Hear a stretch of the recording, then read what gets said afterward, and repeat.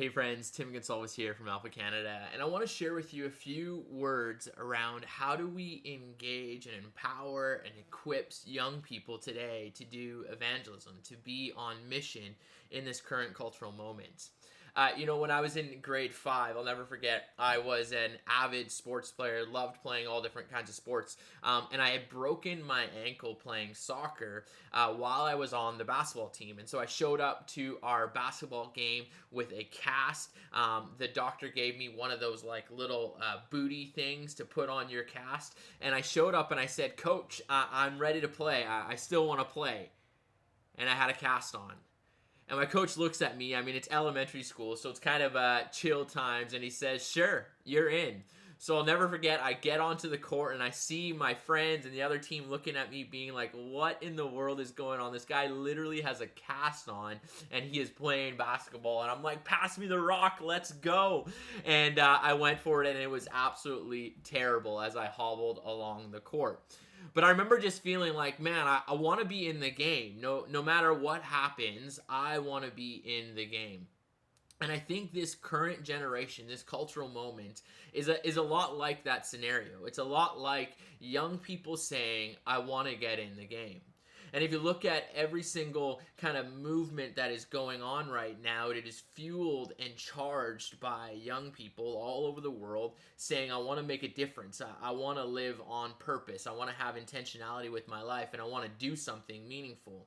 Now, of course, you can look at it on the angle of politics and look at other things going on behind the scenes. But really, when you boil things down to it, I think that this generation is more poised than ever to really make a difference in their life and around the world.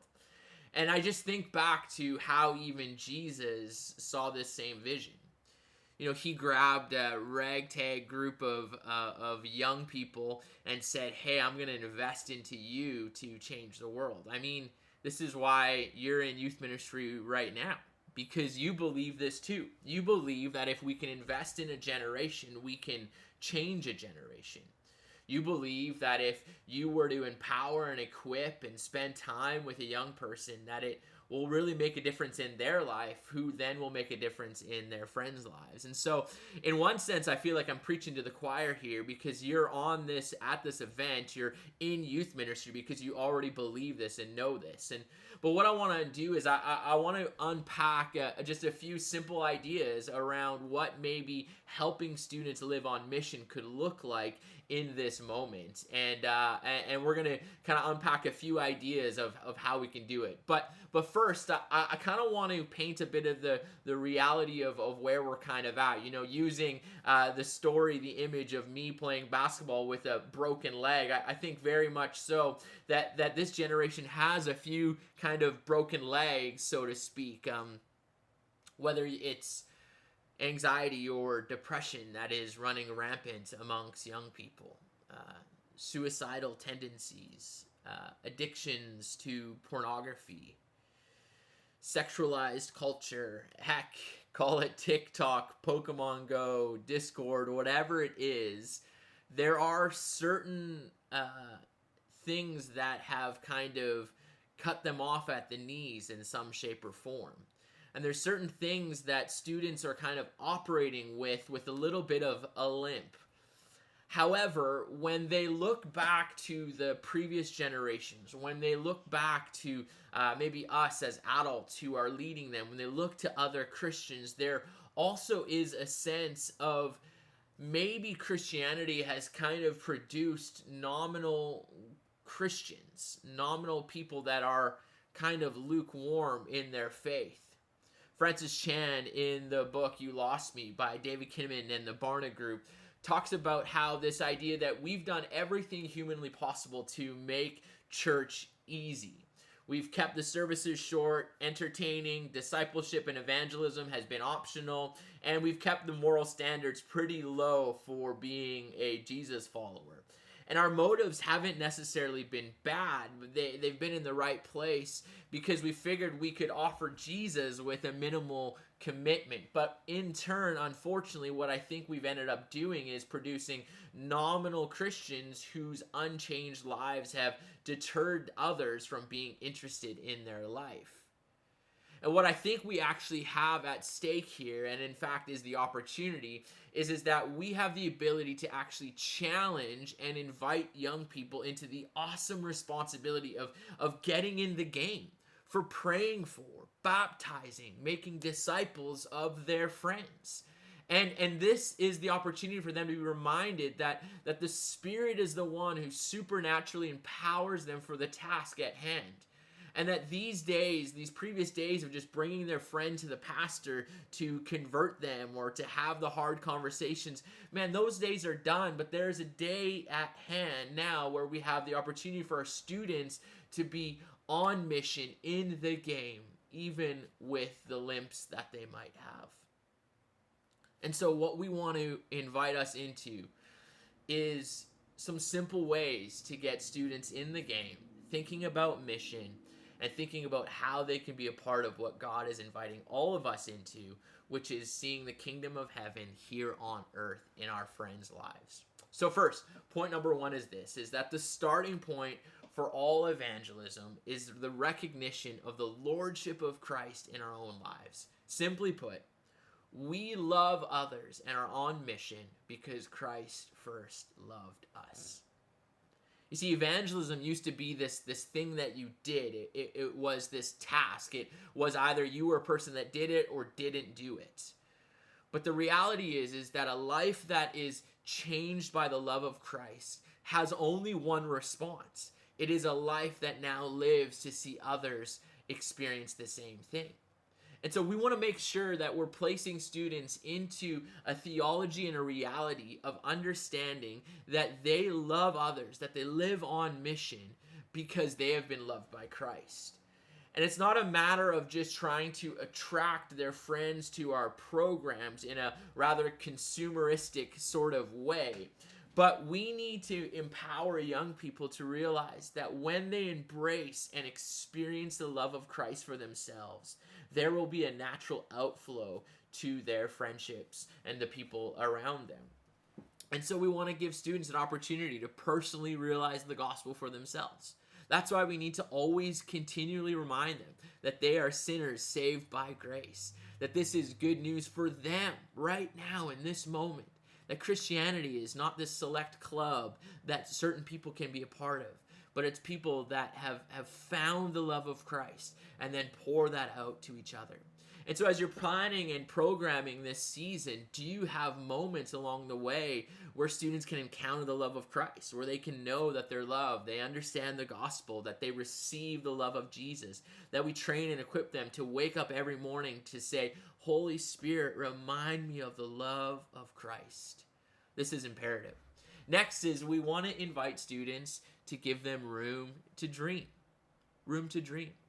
I think this is so important in this current moment, is we are seeing young people with a massive imaginations for what change in the world could look like. And we as Christians and as leaders have to give them the opportunity to dream what could it look like.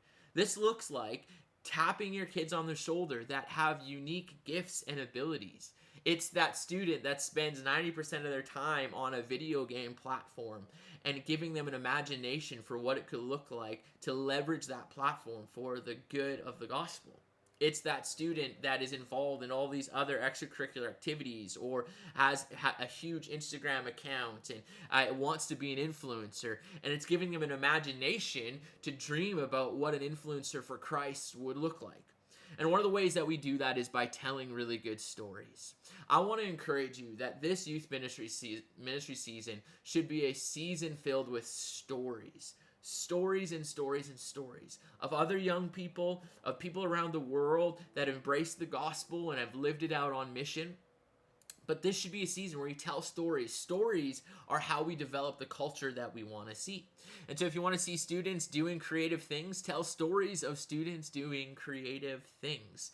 Then you will begin to see that repeated in the lives of your students. Next up, we want to teach our students to make room for the Holy Spirit. You see, evangelism in this cultural moment, and in fact in any moment, requires us to rely on the Holy Spirit. And so are we placing our students in moments where they are going to be like, oh shoot, if the Holy Spirit doesn't show up, this is going to be a mess. And so simply put, that looks like both equipping and getting them to realize that the Holy Spirit is for them. As we read in 1 Corinthians, Paul talks about, "For I decided that while I was with you, I would forget everything except Jesus Christ, the one who was crucified. I came to you in weakness, timid, and trembling. My message and my preaching were very plain. Rather than using clever and persuasive speeches, I relied only on the power of the Holy Spirit. I did this so you would trust not in human wisdom, but in the power of God." And so we want to train our students to think about, what does relying on the Holy Spirit look like? And I think it simply looks like putting them into moments where they have to rely on the Holy Spirit. So as you send them off into their school year this year, on their sports teams and their clubs, hey, what does it look like for you to pray for a friend this week? What does it look like for you to invite a friend out to a program that you guys are running? Maybe it's Alpha, maybe it's another initiative. But step out and rely on the Holy Spirit. What does it look like for you? I remember hearing a story of a group of students in Vancouver that decided they wanted to tell their testimonies to their friends at lunchtime. That is relying on the Holy Spirit. That when the Holy Spirit shows up, He will come and fill those students' words. He will be the one moving in their friends' hearts. And we want our students to put themselves into places where they have to rely on the Holy Spirit. And ultimately, prayer is this. Prayer is the work. And I'm amazed at youth groups and students and youth leaders who do so much heavy lifting without prayer. And it's really hard. It's hard work out there doing evangelism, being on mission. But if you don't have prayer, you really have no batteries. You have no engine. There's no ways that the mission will work unless you center and rely on the power of the Holy Spirit. And so we need our kids to realize that every day before they go to school, every day before they hang out with their friends, that they pray and invite the Holy Spirit to empower them to do the work. So what would that look like for you as you're equipping young people today to rely on the Holy Spirit? Next up is all about relationships. The Bible talks about how they will know we are Christians by our love for one another. Recently, there's been a group in Calgary that has been running Alpha for their friends, and it's been a multiple church initiative to the point that they have actually created kind of this club, this unified gathering called Agape Groups. And they have no youth group affiliation, no youth pastor affiliation, other than the fact that they believe in the local church and they believe in loving one another. And the dynamics of that group has been fascinating. As they've been on mission together, it's really forced them to work together and love one another. And in fact, I would argue that has been some of the biggest outcomes, is learning how to love one another and work together. As you embrace mission and evangelism for your young people, I want to encourage you to empower them and let them know that this requires them to rely on other students. Find other friends in their school. Yes, the quirky friend that they don't necessarily connect with, or that person from a different denomination or faith tradition. But I want to encourage you that they must rely on each other so that the mission can be all about the kingdom and not their own personal growth or their own personal youth ministry, for that fact of the matter. And so get them to rely on one another. Last but not least, we want to give our students tools and training. As we think about sending kids on mission, empowering them to reach their friends, one of the kindest things we can do is train and equip them. Tools are not the answer, but they're a great way to train and equip them. So there's great tools. There's different organizations that are training and equipping them. Find something, do something, get your students trained. Get them the tools they need to reach their friends. And I want to encourage you in this season, don't just be a youth pastor that says, go reach your friends, but rather be a coach, somebody that gives their students a playbook, somebody that gives their students a way to actually enter into the mission, gives them things to say and things to do, tangible expressions of what walking out on mission looks like. It could even be things that you're trying in your own life, questions you're asking your friends. But whatever it is, let's don't leave our kids in the deep end without the tools and things they need to actually follow the mission of God. Hey, I am believing in you this season. This is going to be the best year ever. I believe that God's going to use you in this season to train and equip students to reach their friends like never before. I want to believe that God's going to use you to see their friends come to know Christ.